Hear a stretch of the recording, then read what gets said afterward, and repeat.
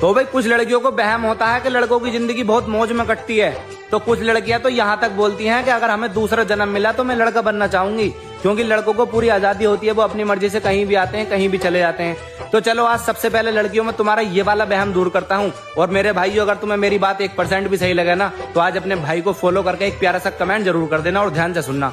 सुनिए कि जो तुमने ना कभी देखी होगी ना कभी सुनी होगी, आज तुम्हें कहानी कुछ ऐसी बताता हूँ और जरा ध्यान से सुनना लड़कियों। मैं तुम्हें लड़कों की जिंदगी के कुछ किस्से सुनाता हूँ। हम जब घर से निकलते हैं तो घर जाना भूल जाते हैं और पैसा कमाने के चक्कर में हम खाना भूल जाते हैं। और जो लोग बताते हैं पैसे को हाथ का मैल, तो उनके लिए बता दूं, इसी हाथ के मैल को कमाने के चक्कर में हम अपने परिवार से प्यार की 2 बातें करना भूल जाते हैं। न दिन देखते हैं न रात देखते हैं, हम अपनी खुली आंखों से अपने घर के हालात देखते हैं, कैसे हालात सुधारे जाएं घर के, कैसे माँ के सपनों को पूरा किया जाए, कैसे दिलाया जाए बुढ़ापे में बाप को आराम, बस दिन रात यही सोचते हैं।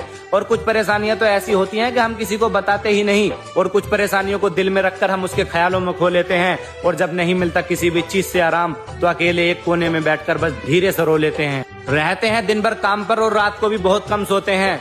हम लड़के अपनी उम्र से ज्यादा जिम्मेदारियों का बोझ ढोते हैं। और तुम क्या अंदाजा लगाओगे हम लड़कों के सब्र का? हम कभी कभी पैसा बचाने के लिए भूखे भी सोते हैं। और जब हम लड़के छोटे होते हैं तो सपने देखते हैं कि हम लड़के डॉक्टर, इंजीनियर, वकील बनेंगे, मगर ये किस्मत हमारे सपनों को कुछ इस तरह तोड़ती है, हालात ऐसे पैदा कर देती है जिंदगी में हमारे कि हमें मजदूर बनाकर ही छोड़ती है। और हम लड़के सोचते हैं कि चलो कोई बात नहीं, शादी के बाद तो आराम मिलेगा, जो फूल बरसों से मुरझाया पड़ा है वो कम से कम शादी के बाद तो खिलेगा। मगर यहाँ तो कहानी बिल्कुल ही उल्टी पड़ जाती है। बीवी समझती नहीं हालातों को बिल्कुल भी हमारे, और वो अपनी डिमांडों को रखकर अपनी जिद पर अड़ जाती है। और शादी के पहले तो बस जिस्म को ही आराम नहीं मिलता था, मगर शादी के बाद तो हमारी रूह भी भटकती है। बीवी की सुनो तो बीवी का गुलाम, और माँ की सुनो तो माँ के कहने में चलने वाला, मतलब हर तरफ से तलवार हमारी ही गर्दन पर लटकती है। अब यहाँ से कहानी नया मोड़ लेती है, परेशानियां हमें चारों तरफ से घेर लेती हैं। पहले इतनी सी बात को अच्छे से सुनो और समझो, फिर तुम्हें आगे का आईना दिखाऊंगा। और मेरी बात अगर अच्छी लगी हो तो फॉलो कर लो भाइयों, आगे के दुख दर्द तुम्हें पार्ट 5 में सुनाऊंगा।